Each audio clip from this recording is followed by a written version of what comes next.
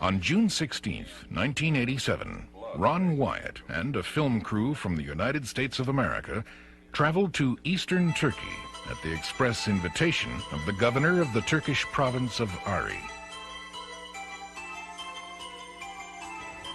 The purpose of this expedition was to participate in and film a ceremony which memorialized and commemorated a site located on Cessna Dog Mountain, known locally as Doomsday Mountain, as the landing site of Noah's Ark. The ceremony was the culmination of 10 years of meticulous, painstaking, often dangerous research by Ron and his associates. On the historic occasion of June 20th, 1987, the governor of Ari has announced to the world that Turkish archaeological authorities agree with Ron's findings that the area under investigation is indeed the landing site of the legendary Ark. The governor, key military officials, local officials, and police have gathered in preparation for the ceremony. Due to Ron's contributions and efforts, he is made a guest of honor and is asked to actively participate in the dedication of the site. A visitor center is soon to be built, and construction plans are well underway.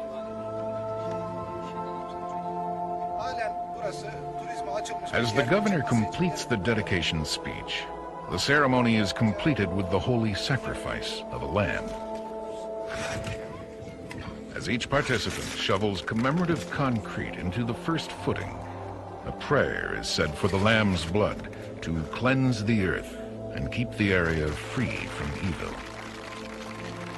The governor has made the area an international park, and all faiths of the world are made welcome to visit and gaze upon what they believe to be the mortal remains of Noah's Ark. This saga began in 1977 when Ron began investigating a mysterious boat-shaped object which had been aerially photographed by a Turkish Air Force reconnaissance pilot while on a routine photo survey mission. The pilot, Lieutenant A. Curtis, took these photographs from an altitude of 10,000 feet, approximately 12 miles from Mount Ararat. They were examined by a Turkish captain assigned to photo interpretation, who spotted the symmetrical boat shape in what appeared at the time to be a lava flow. As a result, a team of Turkish explorers and researchers examined the object and discovered that its dimensions were indeed near those of the Ark as stated in the Bible, most particularly those of the length. In 1960, news of the photos reached the United States and soon caught the attention of a group of scientists and explorers known as the Archaeological Research Foundation. A second expedition to the site was soon formed under the aegis of Turkish military officers in a joint Turkish-American exploratory endeavor. Included in the American team was businessman Wilbur Bishop, who provided this footage of the 1960 expedition. The trip to Dogabazit started, of course, in Ankara. We flew the Turkish airline to Erzurum. From there, I rented a Fiat station wagon. And we went from there to Dogabazit. The Turkish people knew what we were talking about, of course, and we went by our van over to this camp, which is right near the entrance to Persia. And there we rode horseback over to the site. The American team journeyed to the site accompanied by the Turkish soldiers. Upon reaching the site, Wilbur gives us the team's reactions concerning the first viewing of the object. Well, we got off of the horses and we looked down and see it right from there. We was about, I guess, 500 feet from the site, the side of the hill. We walked down from there. We had to jump several crevices in the earth from the earthquakes that had happened. All of us thought it was a boat. Till we left, when we didn't find any timber or anything, well, we figured it wasn't there. Also with the American team was Dr. Arthur Brandenberger, a stereophotogrammetry expert. After studying the object and comparing the measurements to those in the aerial photos, he was quoted as saying, "I have no doubt at all that the object is a ship. In my entire career, I have never seen an object like this on a stereo photo." However, the rest of the team aren't convinced. So, due to the lack of finding evidence to match their hopes and expectations, they prepare to blow a hole in the side of the object. Of course, we took a movie of trying to explode part of it out. I asked the Colonel Backel if he had some dynamite. He says, "No, but we got plenty of black powder." And so I told him, "Go get it." And we got it and blew the hole in, and later I found out now that that was one of the timbers was right there, but we didn't recognize it. The team sets the explosive and, following the blast, still finds nothing that they recognize as evidence which would convince them or others that the ship-shaped object is the fabled Ark. Again, finding nothing to bolster their waning enthusiasm, they abandon their quest and the site and return home.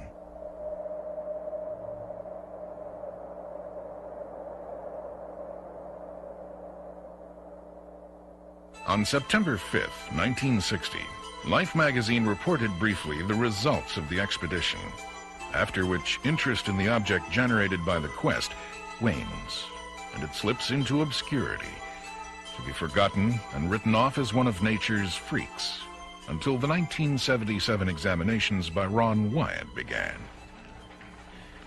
Ron is a nurse anesthetist and currently practices at Memorial Hospital of Nashville, Tennessee.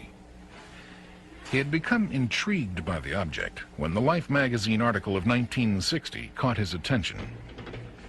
However, Ron had family and career obligations to meet, and had to satisfy his yearning for adventure by studying and reading. He spent countless hours researching and studying the various sciences, particularly geology and archaeology, in preparation for the time when he could break free and begin actual field exploration of the boat-shaped object and the surrounding area.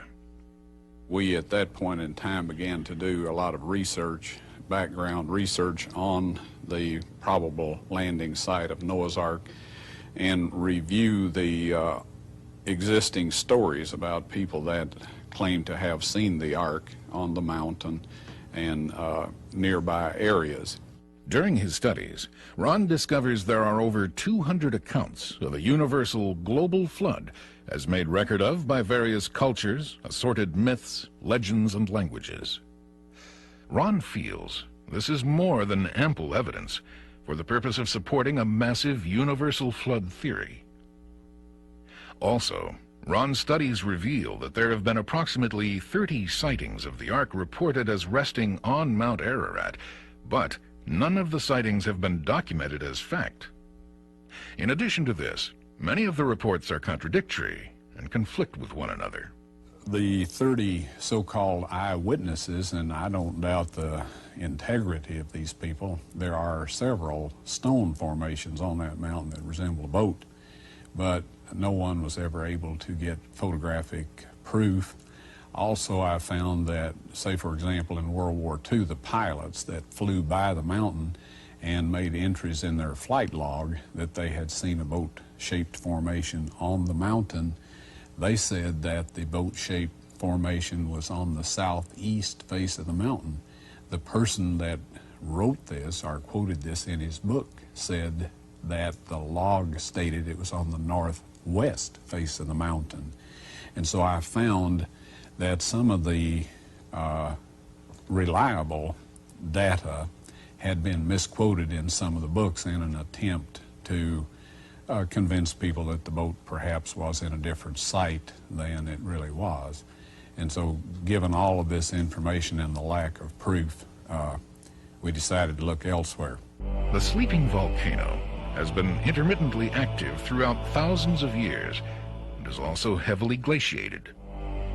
Ron can't see how a wood structure could have possibly survived on a mountain that has constantly been scoured by lava and glaciers for over 5,000 years.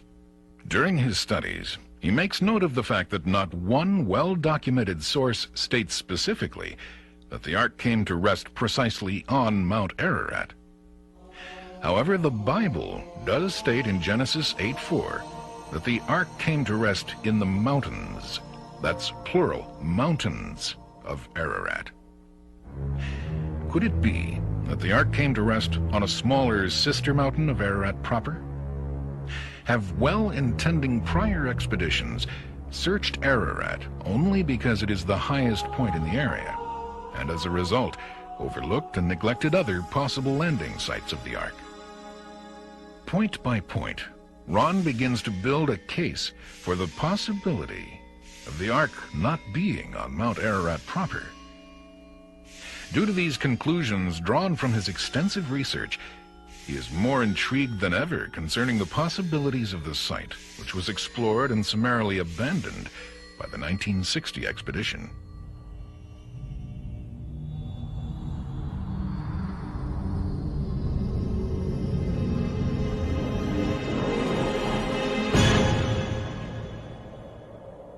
At long last, in 1977, after 17 years of waiting, research, and dreaming, Ron has fulfilled his obligations and is able to begin actual field work in eastern Turkey.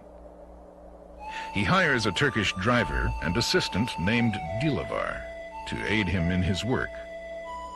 Over the years, this man becomes a trusted friend and ally. Upon first arrival and examination, he finds the area to be wild and intimidating in its natural ruggedness and beauty. He remembers wondering how he would ever possibly discover what he was searching for in this vast, lonely region.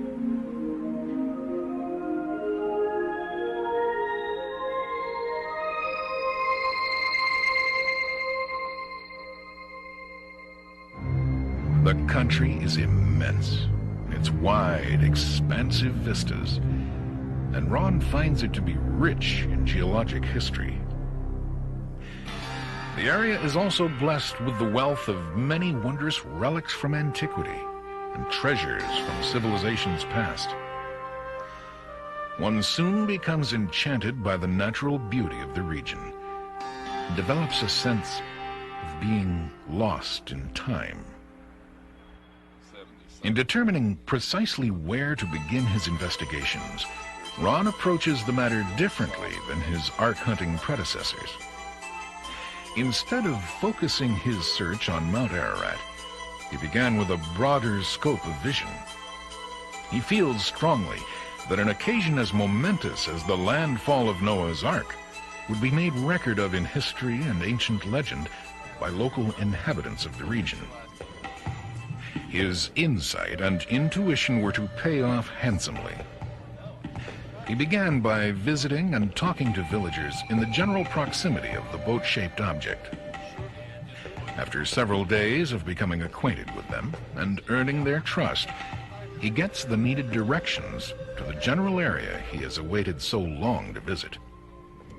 At long last, here is the object which has held his fascination for so many years.